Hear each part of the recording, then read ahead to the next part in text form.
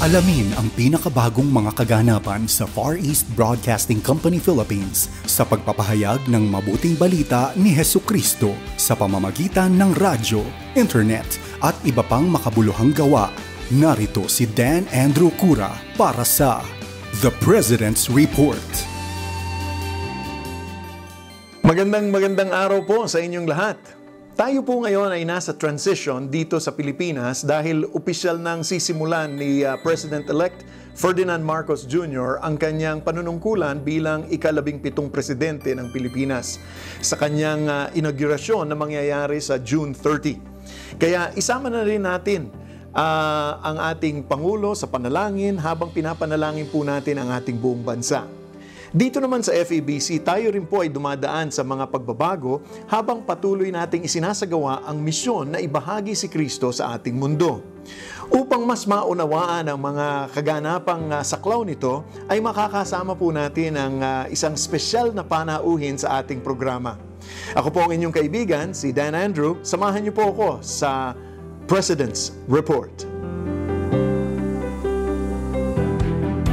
Ang ating panauhin ngayon ay ang bagong Chief Operations Officer ng FEBC Philippines, si Kuya Luis Lucho Castillo.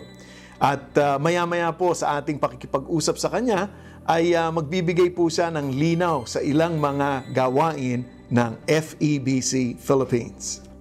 Well, our guest for today is none other than the new Chief Operations Officer of FEBC Philippines, Luis Miguel Castillo. But here, we call him Kuya Lucho. Kuya Lucho, welcome to the program. Hi, Kuya Dan. It's a pleasure to be here, everyone. And maybe just for our viewers and listeners, it would be good to give them an overview of what is the role of the Chief Operations Officer for FEBC. Okay, Kuya Dan. My main role as COO is to ensure that the company's operation align with its vision and strategy. Mm-hmm. Furthermore, we have 13 stations all over the country. It's critically important that all the supporting departments are working together collaboratively to ensure that we are doing one thing, and one thing alone. And does that also cover our two shortwave sites? Yes, that also deals with our FEBC International role in terms of providing operational and technical support. So I also oversee that. Now, maybe it's also a good time to find out what drew you, or how do you say, why do you think that FEBC is something that you would like to do for today?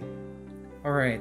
Well, what drew me to FEBC is that the power of hearing the gospel message over the air, and how the work of the Lord transforms people through the broadcast. That really was something very close to my heart, and that's what I would say the main thing why I am now part of FEBC. So basically, are we still saying that radio, because many people right now think that radio is already an old technology, it's only in the cars. So is it still relevant? At least from your initial observation, is radio still important? Because sometimes it's good to hear it from a new person coming in. People who have been in radio obviously will think, oh yeah, it's important. But how is it for you to see it from the outside? Is it still relevant? Yeah, Kuya Dan, it is. Radio is over a century old. I think 100 to 120 years old. And it continues to be an important part in terms of being a medium, in terms of bringing or broadcasting the message that we are doing, the message of the gospel of Jesus Christ, across masses of people, crossing over boundaries. And I think that's the key role that it plays and will continue to play. So in a sense, when we're looking at radio, it's still broadcast, while we're now going into some of the new media platforms where it becomes narrowcast, where you now have it exactly just on your phone. Sure. But given all of the different dimensions, we said that we went from Christ of the World by radio to communicating Christ in our world, on air, online, on the ground. So what do you think are the priorities that we in Far East Broadcasting Company should be looking into? Well, the first priority is to make sure that we are communicating Christ without compromise. I think that that's the primary thing, and that we are communicating the immutable message of Jesus Christ. Now, radio is a platform to do that, and radio is part of media, but right now we also are engaging in the digital space. So for us to be heard is not only to be radio specific, but in all platforms that are relevant today, and that is in the social space, of course. Okay, so it's something that we need to start developing ourselves in. Sure. You know, because we've been so used to doing things over terrestrial broadcast, or shall we say analog broadcast. Now we have to go into the digital space. Nako, maraming salamat kay Kuya Lucho at sa kanyang pagsama sa atin dito sa ating programa. Ito ang unang bahagi ng aming pag-uusap patungkol sa mga kasalukuyang gawain ng FEBC Philippines. Sa susunod na linggo, ang ikalawang bahagi ng ating panayam kay Kuya Lucho, kaya doon po natin tatalakayin ang mga kasalukuyang ginagawa ng FEBC para maabot ang mga pangkat ng mga tao, lalong-lalo na sa mga lugar na tinatawag nating deaf spots o yung mga hindi nasasakop ng regular na broadcast ng FEBC. Kaya tutok lang, naway isama ninyo kami sa inyong panalangin kasama ni Kuya Lucho upang gayon din, sama nyo na rin po mga pinuno, kawani at mga volunteers na tulong-tulong upang matiyak na ang gawaing sinimulan ng Diyos sa FEBC 74 years ago ay patuloy na lumago at makasabay sa mga bagong nangyayari sa ating mundo. Anumang panahon, hindi nagbabago ang ating misyon at iyon ay ipahayag ang pag-ibig at mensahe ni Hesukristo sa lahat ng mga Pilipino saan man sila naroroon.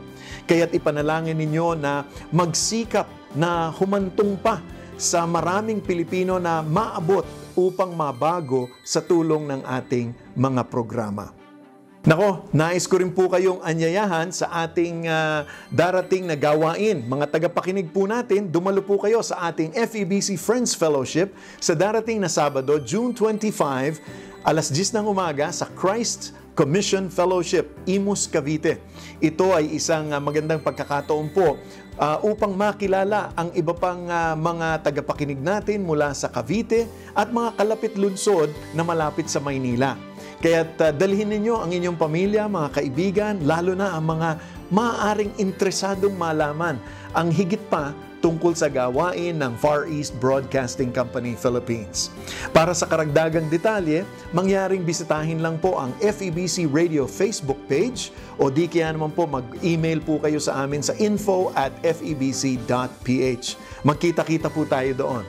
Nako, muli po, maraming salamat sa inyong pagsubaybay. Ito po ang inyong kaibigan, si Dan Andrew, para sa The President's Report.